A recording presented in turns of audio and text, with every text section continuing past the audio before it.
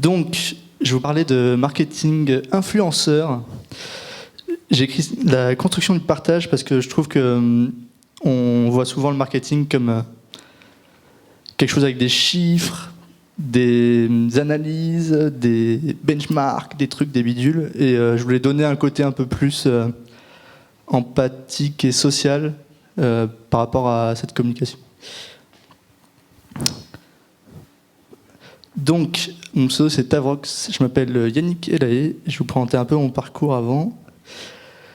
Donc, j'ai été chez Plugin Digital, un éditeur et distributeur de jeux vidéo.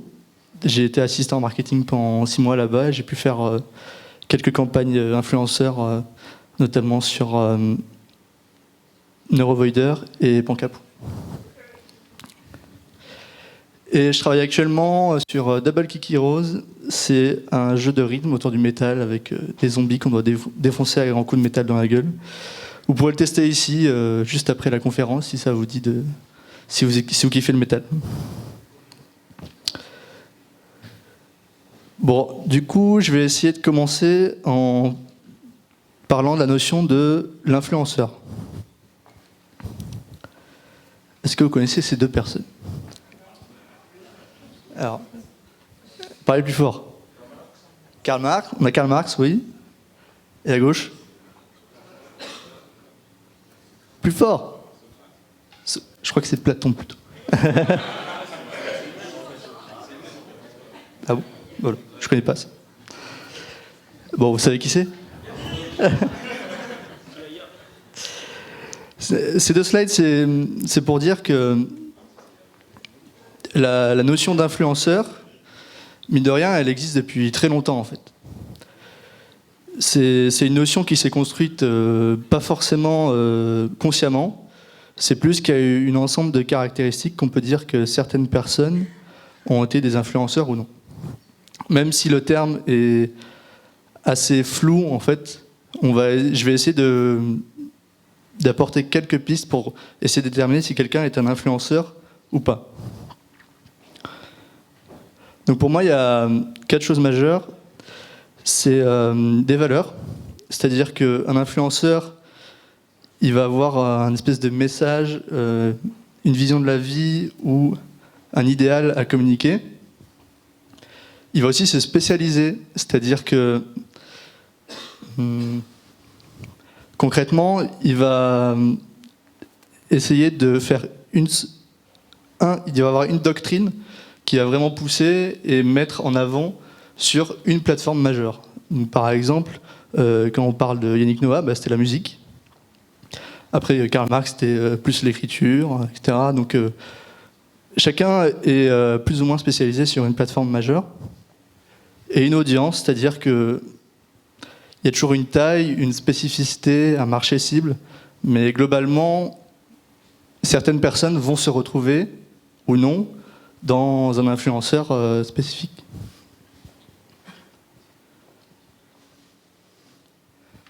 Bon, vous connaissez sûrement qui c'est ? PewDiePie. Donc PewDiePie, c'est le YouTuber gaming le plus influent, on va dire, dans le sens où il a beaucoup d'abonnés.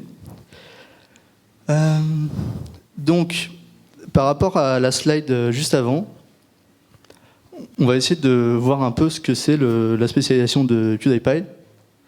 Donc, clairement, c'est le YouTube gaming, c'est-à-dire qu'il joue à des jeux et qui va avoir une attitude un peu comique, irraisonnable, et vraiment jouer à des jeux fun.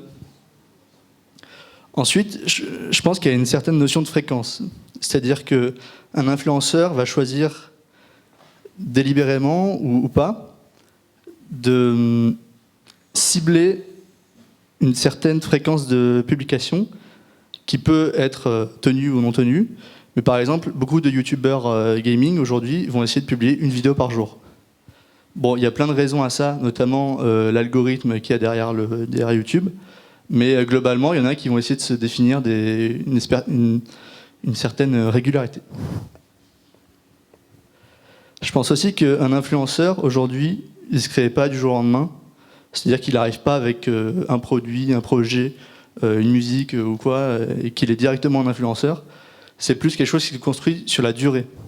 C'est-à-dire que pendant 2, 3 ans, 4 ans ou 10 ans, il va vraiment montrer à quel point il est passionné par une thématique et un domaine, et il va essayer de fidéliser une audience, continuer à produire du contenu, et vraiment faire son travail sur le long terme.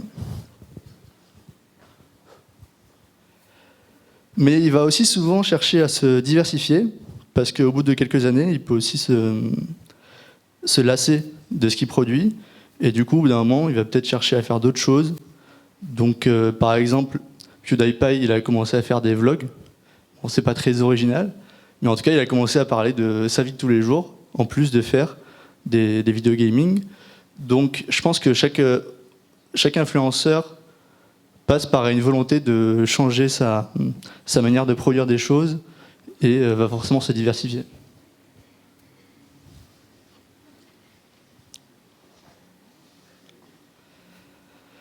Donc, comme on l'a dit, oui, c'est un influenceur, c'est une plateforme majeure. Donc ça peut être la musique, on peut aussi parler de Twitch, de YouTube, dont on a beaucoup parlé aujourd'hui, la littérature ou d'autres choses comme ça.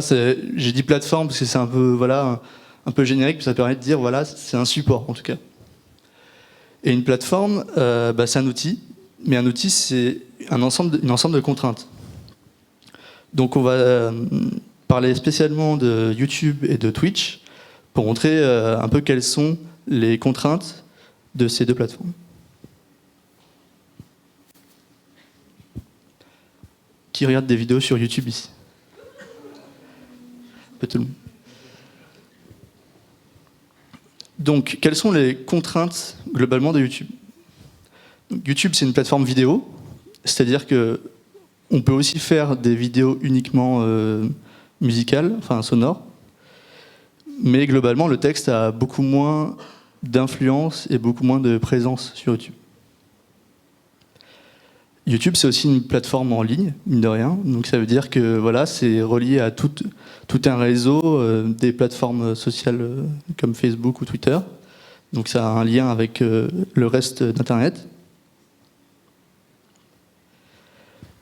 Et il y a aussi tout un ensemble en fait, de petits outils qui vont chacun contribuer à façonner la manière dont les gens produisent du contenu. Et ça, c'est cette notion de plateforme qui donne des petits outils, c'est super important parce que ça influe notre vision du monde. Par exemple, la notion d'abonné. PewDiePie, on a dit qu'il était le plus influent sur le YouTube Gaming parce qu'il y a le plus d'abonnés. Sauf que si 90% de ses abonnés sont des bots, donc des robots, il est peut-être pas le plus influent. Et globalement, en tant qu'être humain, on va souvent être poussé à réduire les choses vers un ensemble de petites données qui sont importantes pour nous pour comprendre d'un coup d'œil l'audience ou la caractérisation d'un compte YouTube. Parmi les autres choses dont on peut parler, il y a aussi la barre sur le côté qui permet de découvrir de nouvelles vidéos et qui permet aux influenceurs de gagner encore plus d'influence. Il y a aussi les commentaires, il y a le nombre de likes et de dislikes, il y a pour eux aussi, c'est une stat cachée qu'ils ont, c'est la durée de visionnage des vidéos.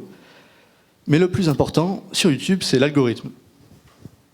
Donc l'algorithme, c'est juste Google qui va dire tel contenu, on le met en avant ou on le met pas en avant, et sur quoi on se base pour mettre un contenu en avant. Donc globalement, ils vont se baser sur le temps de visionnage, les likes, les dislikes, et aussi à quel moment les gens vont décrocher de la vidéo ou pas. Donc voilà, il y a plein de petits outils dont j'ai parlé, on va passer à Twitch. Qui regarde des vidéos sur Twitch, enfin des streams sur Twitch, pardon. Ok, beaucoup moins de personnes. Donc Twitch, c'est du stream en continu, c'est-à-dire que quelqu'un va faire une vidéo en continu de soi ou de son jeu ou de son ordinateur. et il va le mettre tout simplement sur la plateforme et on pourra le voir jouer en direct. Twitch, c'est en fait un dérivé de YouTube, mais aussi de la télévision. Parce que de la télévision, on a toujours eu le label un peu en direct, et ça a toujours eu une espèce d'impact un peu plus fort, où voilà, il n'y a pas de montage, il peut se passer des conneries à la minute, il peut se passer tout et n'importe quoi. Donc, en fait, le direct, ça a aussi un impact sur la manière dont on va produire du contenu. Aujourd'hui, parmi ceux qui regardent Twitch, est-ce que vous faites autre chose en même temps que vous regardez Twitch? Et ça, c'est une composante assez importante qu'on a un peu du mal à comprendre quand on n'est pas nous-mêmes consommateurs de Twitch. C'est que les gens qui regardent des streams sur Twitch, en général, ils font autre chose. Donc, c'est pas exactement comme... Enfin, ça peut être assimilé à de la télévision, mais aussi à de la radio, où en fait, il y a une espèce de vie continue qui est en train de se créer à côté de nous, et on aime avoir une espèce d'ambiance, en fait, à côté de nous. Pour un influenceur, ça va être hyper important parce que ça va conditionner la manière dont il va créer son contenu. Il va pas forcément tendance à vouloir créer un truc sympa pendant 10 minutes. Au contraire, il va plus avoir la volonté de faire un contenu sur le long terme, mais là où il peut se passer plein de choses en direct. Et là où c'est intéressant, c'est dans les jeux vidéo, justement. Parce que les jeux vidéo ont une composante où il peut y avoir l'aléatoire et aussi du compétitif. Donc ils vont avoir tendance à pouvoir provoquer des événements un peu exceptionnels ou instables pour que les viewers restent à fond sur le jeu et sur le stream. Donc, bon, c'était un peu long cette définition.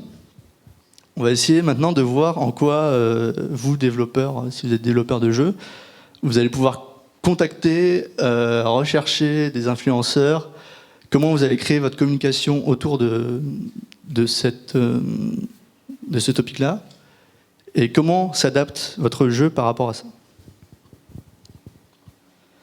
Bon, du coup, quand vous allez chercher les influenceurs, il va y avoir plusieurs problématiques. Quand vous allez vouloir taper des noms, regarder sur Twitch, sur YouTube, ou chercher parmi les gens que vous connaissez déjà. Donc, il y aura... Quand vous allez... Je vais reprendre d'un peu plus loin. Vous allez avoir tendance à trouver des influenceurs pour qu'ils puissent véhiculer votre jeu ou votre message, pour qu'ils puissent tout simplement vous aider à avoir plus de visibilité. Mais quand vous allez chercher, vous allez pouvoir vous rendre compte que certains seront trop petits, donc ils ne seront pas forcément intéressants pour vous. Il y en a qui seront pile au milieu, donc c'est bien, ils ont quand même un peu d'audience, elle est engagée, ils vont faire une review de votre jeu, ça va être super. Et les plus gros, ils seront tellement gros que leur audience elle sera peut-être un peu trop dispersée. Ensuite, ils vont être peut-être trop chers pour vous. Par exemple, des vidéos de Cyprien, machin et tout, ça peut aller dans les plusieurs dizaines de milliers d'euros, alors que derrière, les ventes ne sont pas forcément très impactées. Donc globalement, on arrive à une espèce de méli-mélo entre qu'est-ce qu'on regarde? On regarde la taille, on regarde l'audience, on regarde est-ce qu'ils vont review le jeu, est-ce qu'ils vont prendre des opérations sponsorisées ou pas. Donc ça, on a tendance à... Enfin, c'est dur en fait de décider. Alors pour mettre une petite pause dans le talk, on va faire un autre quiz. Vous allez me dire qui c'est. Parlez fort. Ah, j'ai entendu. J'ai entendu je crois la réponse. Non. C'est ça, Game Theorist.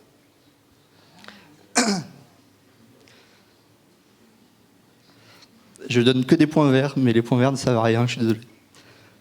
Donc Game Theorist, en fait, ils font des théories un peu absurdes liées à la physique, les sciences, autour des jeux vidéo. Donc ils portent bien leur nom. Et par exemple, ils ont fait une analyse de Portal. Est-ce que les portails de Portal dans la réalité, ça pourrait exister? Donc c'est super intéressant, ils le font de manière très didactique, en moins de 10 minutes. Et pourquoi je vous fais un peu ce quiz influenceur? C'est parce que je vous invite vraiment à aller tout le temps regarder le contenu de ceux que vous allez contacter. Parce que chaque personne va vraiment avoir un contenu unique qui va reprendre les 4 points qu'on a appris avant, c'est-à-dire l'audience, la plateforme, etc. Donc, il faut vraiment faire attention à qui vous allez contacter, parce que ça va aussi impacter la manière dont vous allez le contacter. Donc, par exemple, Game Theorist, il fait des trucs sur des jeux vidéo, mais il fait pas forcément de review pure. Donc, ce sera peut-être pas forcément intéressant d'aller le voir, mais si vous avez un contenu peut-être plus didactique, ça peut être intéressant quand même. Alors, je vous ai dit tout à l'heure. Donc c'est Kripparrian. C'est un influenceur qui a commencé sur World of Warcraft ou Diablo 3. Je sais plus. Bon, les deux étaient proches, mais globalement, il a commencé sur WoW, il a continué sur Diablo 3, puis sur Hearthstone.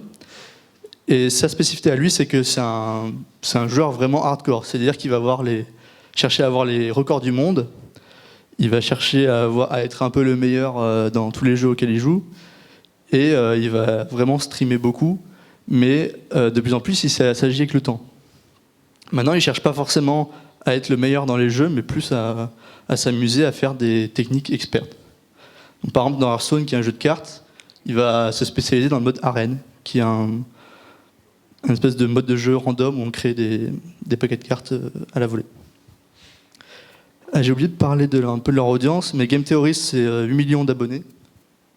Et Kripparrian, c'est quand même 960 000 abonnés sur Twitch et 900 sur YouTube. Là où Kripparrian, c'est intéressant, c'est que la plupart d'entre vous ne le connaissent pas, je pense, malgré le fait qu'il a vraiment une audience assez forte, sur 2 plateformes en plus. Parce qu'avoir une audience aussi forte sur 2 plateformes, c'est assez inhabituel. Et ça peut montrer aussi à quel point certaines personnes se sont spécialisées dans des licences ou sont là depuis tellement longtemps qu'elles ont quand même une audience assez forte, assez engagée, malgré le fait qu'il n'y ait pas forcément beaucoup de gens diversifiés qui les connaissent. Donc il y aura toujours un espèce de rapport à la niche et à la spécialisation dont on parlait tout à l'heure. C'est voilà, l'influenceur, dans quel jeu il se spécialise, et ça va être un critère important pour vous. Par exemple, Kripparrian, aujourd'hui, il joue beaucoup à Hearthstone, qui est un jeu de cartes. Donc si vous lancez un jeu de cartes, ça veut dire que son audience va peut-être être plus intéressée par votre jeu de cartes qu'un shmup ou un jeu d'arcade, quoi. Donc voilà, c'est toujours à prendre en compte à quoi les influenceurs jouent. Alors, vous connaissez? Normalement, vous connaissez son autre logo. Non? Ulysse. Je sais pas. Alors, un indice, c'est un podcasteur très connu qui a une icône de chapeau. J'ai entendu? Total Biscuit, c'est ça.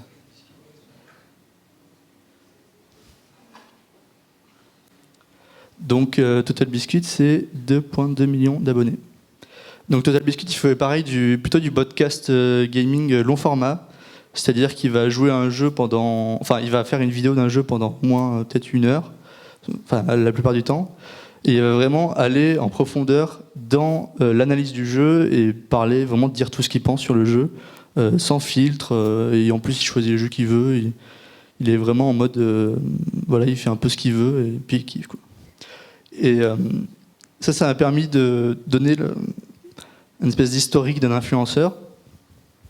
C'est que Total Biscuit, il a eu il y a quelques années un cancer. Et c'est un des trucs qu'il a fait le plus connaître, en fait, malheureusement.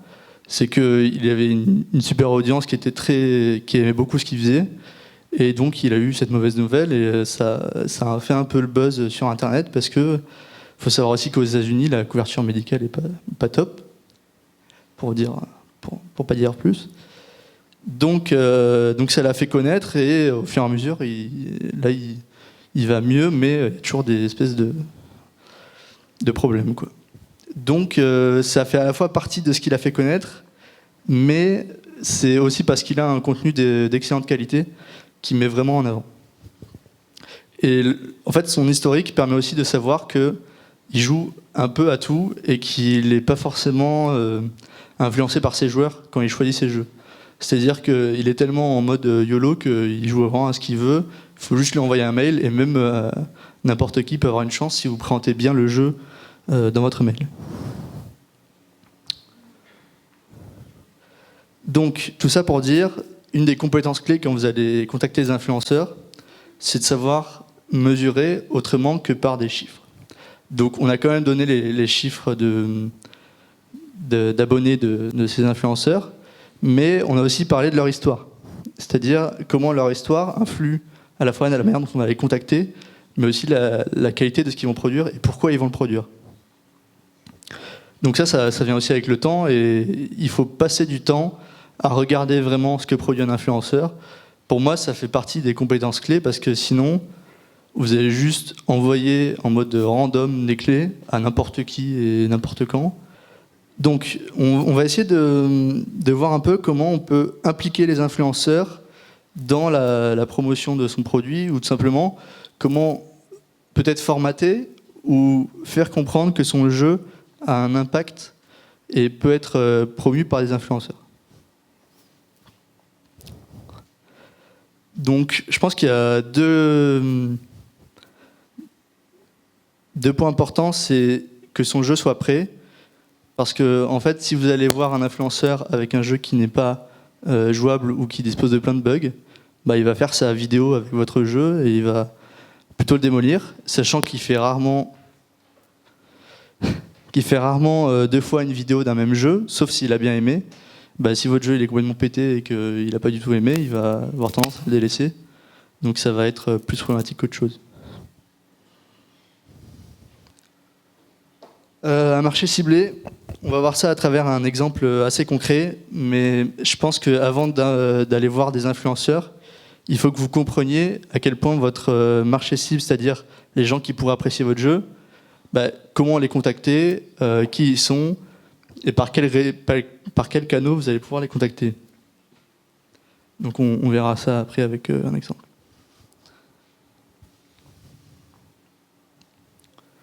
Donc, pour moi, il y a un peu le niveau 1, c'est-à-dire que vous allez rechercher via la recherche YouTube des influenceurs, vous tapez juste pixel art ou shmup ou arcade, donc ça c'est facile, vous les listez, et ensuite vous envoyez un mail en trouvant leur email. Donc ça j'ai fait un tutoriel dont je pourrais passer l'adresse après, mais globalement c'est un peu le niveau 1, c'est-à-dire que ça n'importe qui peut le faire en ayant juste en cherchant sur YouTube et en trouvant les mails, quoi. Et là, on va essayer d'aller dans les techniques un peu plus avancées. Donc, on va vraiment essayer de passer dans du marketing plus créatif. C'est-à-dire, j'ai mon jeu, j'ai un jeu qui est de telle manière, de telle nature, de telle forme, et comment je vais pouvoir essayer de trouver des idées un peu ingénieuses qui sont pas très chères pour pouvoir impliquer les influenceurs à un plus haut niveau et faire en sorte que voilà, le jeu gagne en visibilité et en promotion. Donc j'ai une petite idée pour un jeu qui s'appelle Battle Ride, qui est un MOBA, un peu à la League of Legends. Et tout simplement, l'idée c'est de faire en gros plusieurs types de challenges, parce qu'ils ont plusieurs modes de jeu, sur une seule soirée, en les mettant en compétition en fait, vu que c'est un jeu compétitif. Donc l'idée c'est qu'il y ait 16 influenceurs en compétition pendant une soirée sur Twitch, qui fassent la soirée en live et qui jouent en fait à différents modes de jeu, et que en fait chaque influenceur puisse parier sur chaque joueur puisse parier sur son influenceur favori, qui doivent gagner à la fin de la soirée. Donc c'est assez basique, mais voilà, ça permet d'engager à la fois les joueurs, mais aussi les influenceurs qui veulent jouer un peu le jeu, et de montrer que le jeu est diversifié à travers les différents modes de jeu.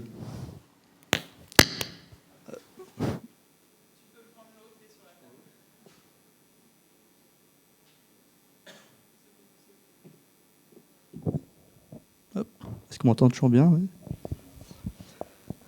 Donc ça va, vous suivez? Ok, cool. Donc j'ai pris l'exemple de Hearthstone. En fait, l'idée que je viens d'aborder juste avant, c'est un peu pompé d'Hearthstone. Je suis mauvais, je sais, mais... en gros, ils ont fait une page web où on peut choisir son favori pour le tournoi des finales d'Hearthstone. Donc, par exemple, il y a 16 personnes qui vont concourir à la finale d'Hearthstone.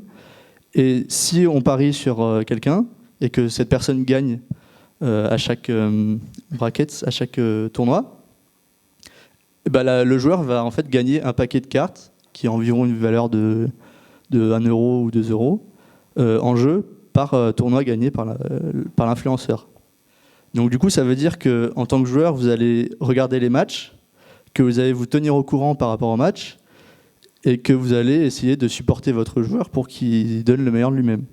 Donc ça coûte pas très cher, parce qu'au final, c'est une page web plus une manière in-game de récompenser. Donc voilà, c'est pas très cher, ensuite ça dépend à quelle échelle, hein. Mais c'est quelque chose d'assez bas coût finalement qui peut vraiment impliquer les joueurs et les influenceurs à donner le meilleur d'eux-mêmes. Donc là, c'est un exemple plus concret qui s'est passé. C'est celui de Polygod, qui est un jeu un peu open world, FPS, procédural. Voilà ce qu'ils ont fait. C'est que quelqu'un qui a tous les achievements de Binding of Isaac, et ben, il a le jeu gratuit sur Steam. Donc c'est plutôt une bonne idée parce que les joueurs de Binding of Isaac, ils aiment potentiellement le jeu. Ils vont aussi vouloir gagner un truc gratuit parce que forcément c'est quelque chose d'assez attrayant. Et ça permet aussi à la presse d'en parler parce que ça fait une bonne headline de presse quand voilà, on dit hey, gagnez ce jeu gratuit si vous avez tous les achievements, bah voilà, il y a des gens qui vont cliquer pour avoir des jeux gratuits, quoi. C'est normal, quoi. C'est plutôt bien joué. Donc il y a des articles sur Eurogamer, Destructoid, etc. Et plein de trucs. Mais par contre, derrière, bah, en termes de joueurs, ça n'a pas forcément bien marché. Donc on pourrait un peu débattre sur pourquoi ça a marché et pourquoi ça n'a pas marché. Parce que là, on voit les chiffres de Steam Spy. Donc en gros, c'est un outil qui permet de donner une estimation des chiffres de vente. Mais concrètement, pourquoi ça n'a pas marché? Ça pourrait être plein de raisons.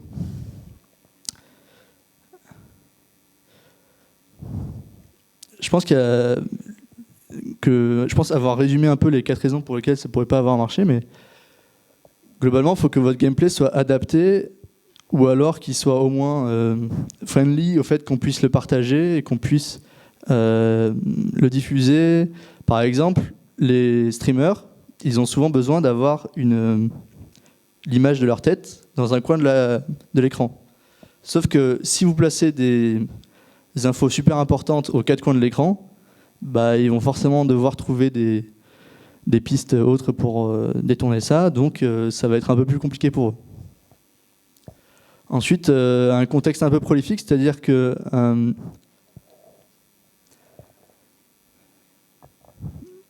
votre jeu, il ne faut pas qu'il ait une communication qui soit dans un seul sens. Il faut vraiment que votre communication elle aille un peu dans tous les sens de partout.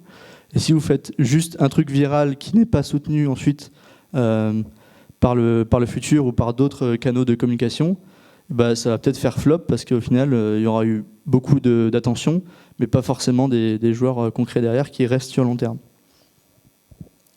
Ce qui nous amène un peu au marketing in-game, c'est-à-dire que comment votre jeu, est-ce que votre jeu c'est un one-shot, on y joue pendant 3 heures et c'est fini, ce qui est pas forcément mal, hein, mais c'est toujours à prendre en compte quand vous allez disposer d'une technique virale comme ça, ou est-ce que c'est quelque chose avec des sessions qui se répètent, donc tout ça intervient grandement dans le marketing influenceur. Et surtout, l'une des plus grosses erreurs que font les indépendants, c'est de ne pas faire des efforts sur le long terme, en termes de marketing. Parce que une date de sortie, c'est pas forcément aléatoire, vous allez forcément penser à pourquoi telle date ou telle date, mais il peut y avoir des événements vraiment imprévisibles, et il y aura peut-être une sortie que vous n'avez pas prévue. Par exemple, des jeux qui sortent en même temps que No Man's Sky ou que des Mario, etc., bah, ils vont avoir moins d'attention presse. Donc le fait de faire des efforts marketing sur le long terme, ça permet vraiment de se donner plus de chances d'avoir plus de communication. L'autre point important, c'est que les influenceurs, c'est quand même cool de les engager sur le long terme. C'est-à-dire que s'ils jouent une fois à votre jeu, ben, ils auront pas forcément beaucoup couvert le jeu, mais s'ils vont faire plusieurs vidéos, que vous leur envoyez une update à chaque news, que vous leur envoyez une news à chaque update, bah, ça va aussi les pousser peut-être à réessayer le jeu, peut-être refaire une vidéo, etc. Donc il faut vraiment penser à travailler sur le long terme avec les influenceurs. Donc j'ai un exemple assez concret qui récapitule un peu tout ça. Je travaillais sur un jeu qui s'appelle Sky Sanctuary en VR. Donc en gros, c'est un jeu qui se passe dans un jardin japonais où on s'entraîne au katana et à l'archerie. Donc on a son arc, on s'entraîne, son katana, etc. C'est un peu une espèce de balade méditative avec des jouets pour s'amuser, des trucs pour s'éclater, quoi. Donc j'ai fait une campagne influenceur sur ce jeu et il y a Nati qui a 200 000 abonnés là sur l'écran, qui est l'un des plus gros influenceurs en VR, qui a un bon ratio entre ses abonnés et ses views, qui teste plein de jeux différents, qui est très régulier, très pro dans ce qu'il fait. Et malgré ça, le jeu n'a pas forcément eu des ventes qui ont décollé. Et peut-être une des raisons principales, c'est que le jeu était en early access, donc c'était la première vraiment au lancement du jeu. Et il n'était pas forcément prêt, assez polish, assez fignolé, pour qu'il lui plaise vraiment. Du coup, ça veut dire que quelqu'un qui suit Nati et qui va chercher par exemple le nom du jeu, bah, il tombe sur une vidéo où il dit que le jeu est bof, quoi. Et une fois que ça c'est ancré dans le marbre et que les gens ont vu ça, bah, ils vont pas avoir forcément envie d'acheter, quoi. Donc il y a toujours un peu ce risque de communiquer trop tôt ou trop tard. Et ça peut être une bonne stratégie de se dire, ok, à tel moment, peut-être l'early access, je vise tel influenceur ou tel influenceur, mais pas un autre qui aura peut-être plus d'exigences sur la qualité ou qui aura peut-être plus d'impact, donc j'ai envie de le garder pour plus tard, quoi. Donc c'est bien d'avoir une liste, mais de ne pas contacter tout le monde à la fois et aussi de faire des tests sur comment vous allez le contacter, est-ce qu'il y a une meilleure manière. Donc voilà, étalez votre effort sur le long terme.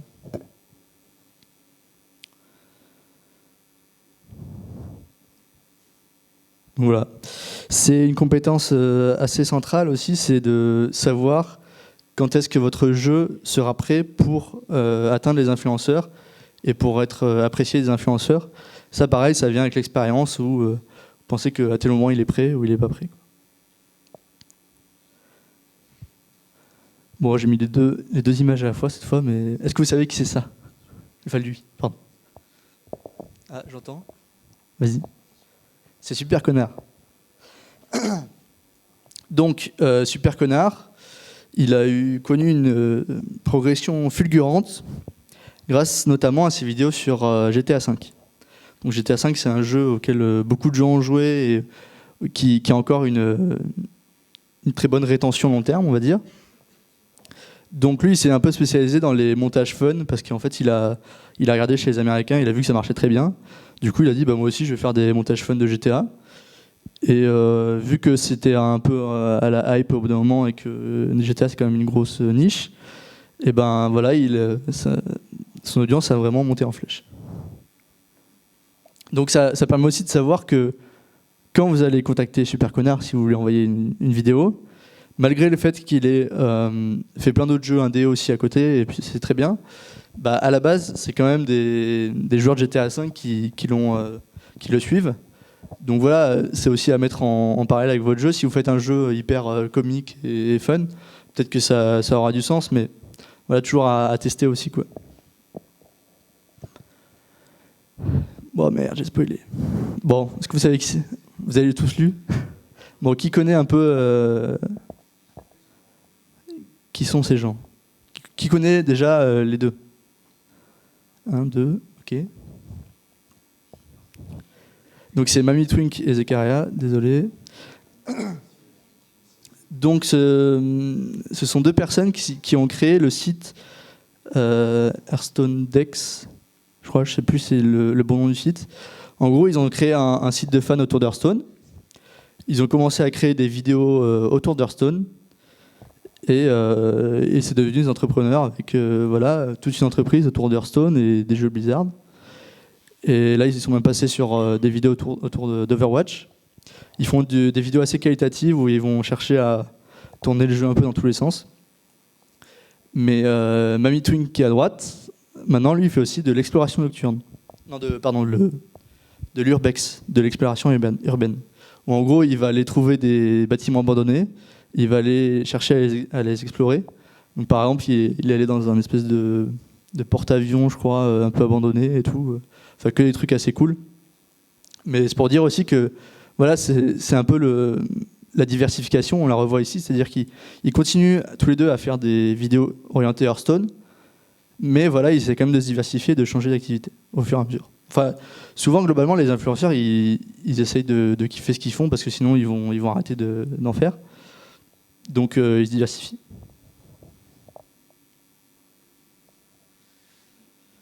Donc, au final, si on peut résumer un peu les points qu'on avait vus avant, il y a l'audience, donc c'est-à-dire quelle audience va être la principale dans l'influenceur. Enfin, quelle est l'audience principale de l'influenceur. Quels sont les jeux qu'il va couvrir. Par exemple, on a parlé de Super Connard qui couvre GTA V.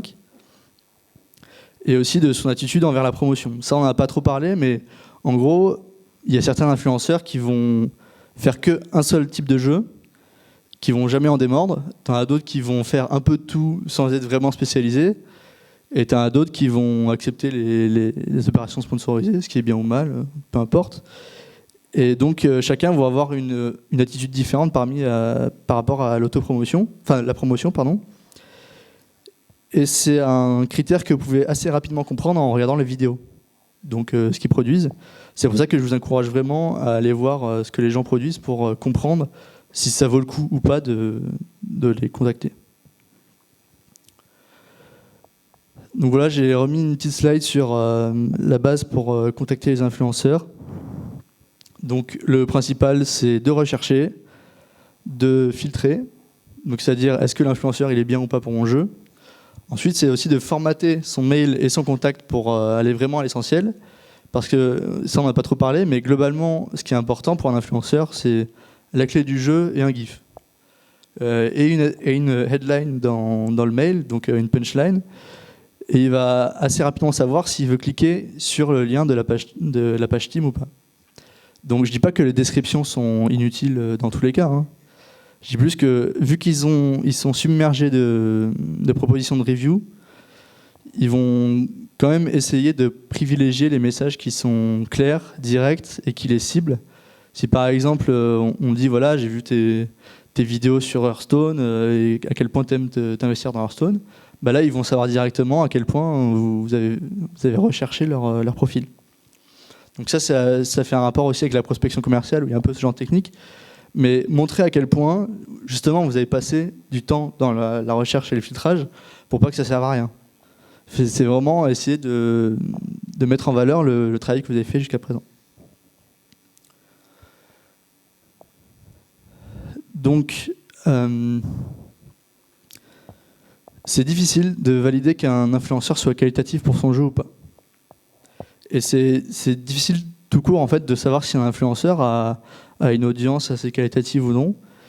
Globalement, il y a quelques outils, par exemple sur YouTube.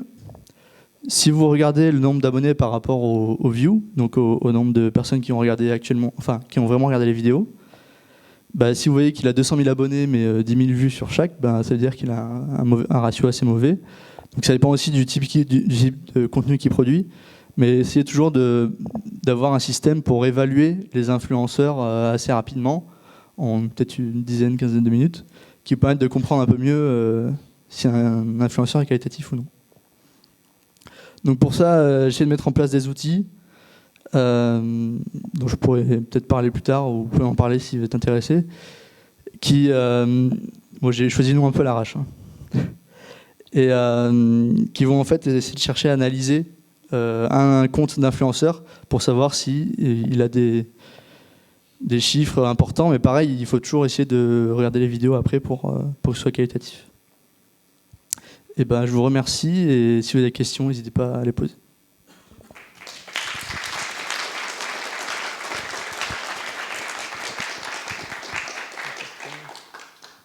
Merci beaucoup. Me revoilà, je vous ai manqué. C'est la phase fatidique. Est-ce que quelqu'un a une question, sachant que quelqu'un, c'est quelqu'un au pluriel? Merde. Oui, alors c'était une question moins sur le détail, plus sur le, on va dire, très large pour commencer. Est-ce qu'il y a des cas où passer par un influenceur peut être néfaste pour un jeu? Ouais, on l'a vu un peu dans le cas de la VR où ça a un peu influencé. C'est-à-dire que quand tu cherches Sky Sanctuary sur le nom du jeu sur YouTube, enfin sur Google même, tu tomberas sur la vidéo, ça te permettra de faire un avis, mais aussi de voir que le jeu n'est pas forcément... C'était plus, moins trouver le mauvais influenceur, mais plutôt sur vraiment un jeu qui avait comme bonne stratégie de ne pas passer par un influenceur. Alors, c'est bien que tu poses cette question, parce que je n'en ai pas forcément parlé, mais il y a certains jeux très narratifs qui peuvent être durs à être couverts par des influenceurs. C'est pas forcément mauvais d'envoyer des clés, mais par exemple les visual novels où c'est extrêmement statique, où les gens passent beaucoup de temps à lire, il y a certains formats en tout cas de visual novels qui sont un peu plus durs à couvrir sur YouTube, selon moi. Du coup, ça dépend pas mal de ton format de jeu, et des fois, passer du temps sur ça, en fait, ça va te faire perdre du temps.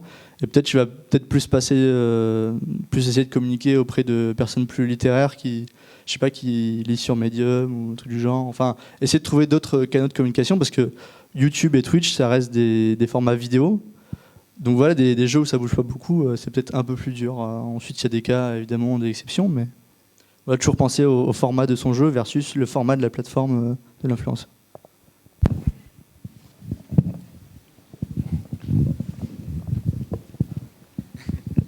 Tu parlais tout à l'heure qu'il est vraiment important de savoir à quel moment il faut contacter l'influenceur. Pour toi, à quel moment tu te placerais là-dessus par rapport à un jeu? C'est quoi? C'est avant la sortie? Avant un gros event? Est-ce que, pareil, après une petite question après à part, est-ce que les embargos sont respectés plus ou moins par les influenceurs? Embargo, donc c'est le fait de rien révéler avant une date butoir. Et puis ce sera bien là. Déjà. Bon, je répondrai sur les embargos. Souvent, de mon expérience, en tout cas, ils respectent plutôt bien. Même si moi, j'aime pas forcément trop donner un embargo fixe. Ouais. Je dis voilà, si vous pouvez attendre avant la publication, avant une certaine date, c'est mieux. Donc souvent, ils respectent assez bien parce que de toute façon, eux, ils font leur vidéo. Il la planifie à être publié à tel jour. Ouais, donc au final, ça revient un peu au même pour eux. Donc voilà. Et l'autre question, c'était quand contacter... À quel moment, plus ou moins? Donc pour remettre un peu, pour t'aider là-dessus, c'était genre avant la sortie, après la sortie. Bon, après pour l'Early Access, c'est un peu différent parce que c'est plus ou moins au moment de l'Early Access qu'on fait ça. Mais plus ou moins pour une vraie sortie, vraiment comme à l'époque, vraiment, c'est mon jeu, il sort là tel jour. À quel moment? C'est une semaine avant, tu l'envoies le mail, 2 semaines avant, après? Moi, je conseille 2-3 semaines avant, parce que ça permet d'avoir le temps de créer du contenu. Et aussi faire attention à ce qu'il n'y ait pas, par exemple, des events où le youtubeur sera il aura moins de temps. Donc voilà, essayer d'avoir 2-3 semaines de disponible pour lui, pour qu'il puisse faire la vidéo du jeu. Et aussi, penser à... j'ai pas trop parlé, mais penser à relancer, en fait, les influenceurs. Parce que ils ont beaucoup de boulot, pareil, surtout quand ils ont pas mal de gens qui leur demandent une vidéo. Donc il faut les relancer et ne pas hésiter à avoir une réponse sur oui ou non, ils veulent ou pas couvrir le jeu. Quoi. Mais on peut la harceler jusqu'à avoir la réponse. Pas la harceler non plus. Non, mais c'est pas du spam, mais voilà. Non, voilà, mais relancer un minimum. Demander honnêtement, s'ils sont pas intéressés, ils disent non. Oui, voilà. Donc, voilà. Question suivante. Ah, carrément. D'habitude, j'en ai plus que 2. Ça veut dire qu'il vous a séché. Ah, c'est sûr qu'il y en avait une qui traînait. Si je peux aller prendre une bière, ça me va aussi. Ouais. Est-ce que tu as pu analyser une sorte de corrélation entre le nombre d'influenceurs qu'un jeu aurait touché et les ventes directes derrière, quoi? Ouais. Alors ça c'est un gros point flou dans le sens où c'est aussi une des raisons pour lesquelles j'ai parlé autant de l'historique et l'audience d'un influenceur. C'est-à-dire que pour certains jeux, un influenceur va marcher vraiment d'enfer et pour d'autres pas du tout. Donc il n'y a pas une espèce de formule mathématique, on peut dire voilà 10% des views ça se transforme en vente, etc. Ce serait vraiment super, mais c'est pas le cas. Donc c'est très dur à estimer, ça dépend vraiment des influenceurs qu'on cible. Et c'est aussi pour ça que j'invite les gens à vraiment cibler, parce que quand on envoie 300 clés et qu'on se dit que ça fait 0 vente, bah, on est aussi un peu plus dégoûté de manière personnelle, parce qu'on se dit, voilà, on travaille autant pour avoir 0 vente derrière, c'est un peu relou, quoi. Mais voilà, donc il n'y a pas forcément de l'impact de vente, mais je dirais aussi qu'il faut accompagner ça par vraiment tous les autres canaux de communication, et pas faire que de l'influenceur, par exemple. Faire un peu de tout à la fois, et donc voilà, il n'y a pas forcément de chiffres. Non. Merci. Y a-t-il quelqu'un d'autre qui a une question pour Yannick ? Très bien. Je pense que tu as séché l'audience, littéralement. Par contre, tu n'es pas forcément entré dans le détail d'un des jeux sur lesquels tu bosses actuellement, qui est Double Kick Heroes. Ouais. Alors, je peux montrer une petite vidéo, si vous voulez. Est-ce qu'elle est là ?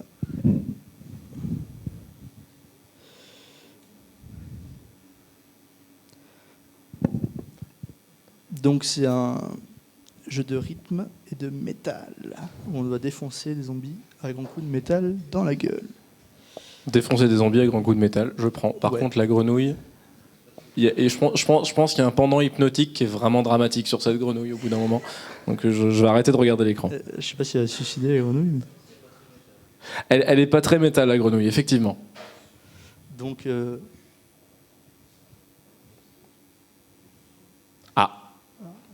Nous manquons de son. Alors, Pat Le Guen.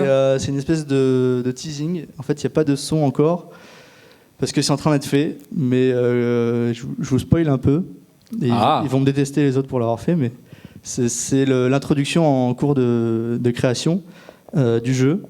Donc en fait, on a un monde vraiment apocalyptique, un peu de base, avec plein de zombies, des trucs pollués, etc. Et on va suivre une bande de potes qui fait du métal. Donc là, toute l'intro est réalisée par Guillaume, qui est notre graphiste. Il y aura évidemment du bon gros métal derrière en termes de musique. Donc là, l'histoire, c'est vraiment qu'ils étaient en train de préparer leur concert de métal, et ils se sont pas rendus compte qu'en fait, autour, il y avait une invasion zombie qui se préparait. Du coup, ils jouent tranquille.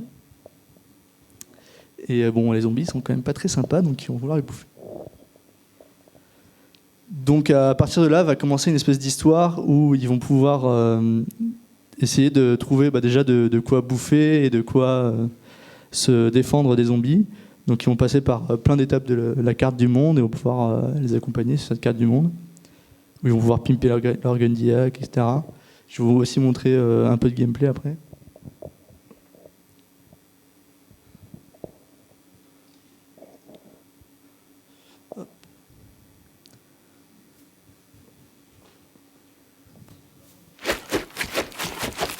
Donc là, c'est une featurette qui permet d'expliquer le gameplay facilement.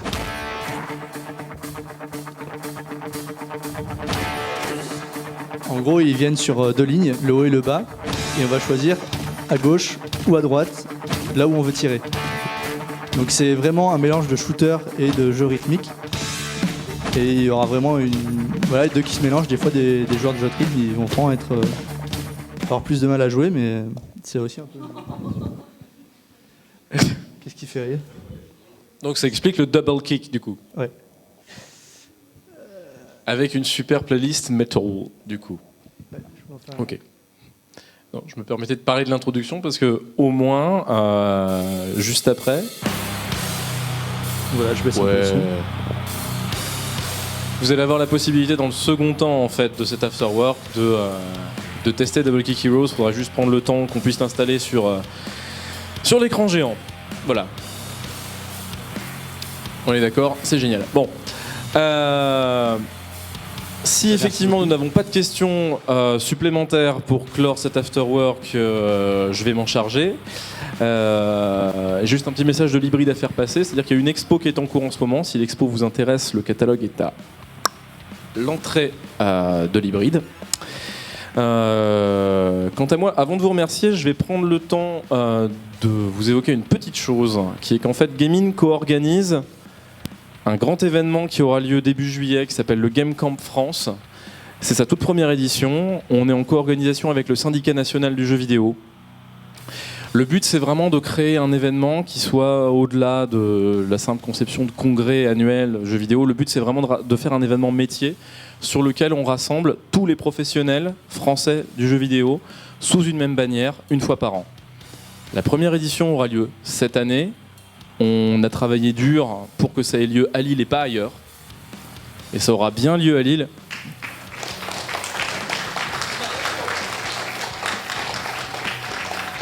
La billetterie vient d'être lancée. Je sais que bon nombre d'entre vous ont déjà commencé à proposer des speaks. Certains ont déjà même pris leur passe, parce que c'est moi qui suis Livenbright, donc je sais qui est là. Mais donc voilà, très clairement, ça va être une première mouture qui va être décisive, parce que de toute façon, de là va en définir en fait la possibilité d'une deuxième édition et de faire en sorte que ce soit un événement annuel. Pardon. L'URL c'est gamecamp.fr, tout simplement. Et voilà, donc effectivement, le but c'est d'en faire un événement pérenne. C'est pas juste on fait un one shot, on a pris un financement un peu partout et on y va. Le but c'est vraiment de créer quelque chose de récurrent. Donc à toutes les ouailles qui sont là, professionnels, étudiants, sympathisants, c'est un événement qui est fait pour vous. Donc penchez-y vous, sachant que c'était pas français, c'est pas grave. Sachant qu'en l'occurrence on est en super early bird en ce moment, donc c'est le meilleur tarif possible qu'il y aura sur l'événement, et en plus tous les adhérents au cluster, donc Gaming, le SNJV et les autres clusters nationaux ont accès à un code supplémentaire qui leur donne moins 50% sur les passes. Donc je fais pas mon marchand de tapis, c'est juste qu'on a essayé de faire en sorte que tout le monde puisse s'y retrouver quand les gens font partie le plus possible de cette espèce de grand jeu collectif qu'on essaye d'avoir autour du jeu vidéo en France. Voilà donc. Oui, une question. Alors, cette question... Alors, monsieur, j'en suis à ma 13e Japan Expo et je serai quand même au Game Camp. Voilà. Mais oui, effectivement, ça tombe pendant les 2 premiers jours du Japan Expo. Pardon ? Ça, c'est mieux. Regardez, il y a plein de gens. Il y a plein de gens et en plus, c'est sur fond bleu. Et le bleu, c'est la couleur que tout le monde préfère, il paraît. Donc, c'est génial. Bref. Blague à part, oui, c'est pendant les 2 premiers jours de Japan Expo. Voilà, donc penchez-vous sur la question. Moi, de toute façon, la plupart des contacts et des questions qui sont posées, c'est moi qui y réponds. Donc, n'hésitez pas. Et on vous attend nombreux et on aura l'occasion d'en reparler pendant les prochaines afterworks d'ici là, puisqu'il y en aura 2. Le mois prochain notamment, surtout sur le signe du jeu comme on l'avait fait au mois de février, et au mois de juin on devrait avoir un post-mortem des plus intéressants qui collera en plus à l'actualité, mais je ne vous en dis pas plus. Voilà. Bon, je vous remercie, je vous laisse prendre le bar d'assaut et patienter quelques instants avant que l'on installe le jeu à tester. Merci de votre présence, continuez à suivre ce qui se passe au niveau des Afterwork Gaming et prenez soin de vous. Bonne soirée à tous.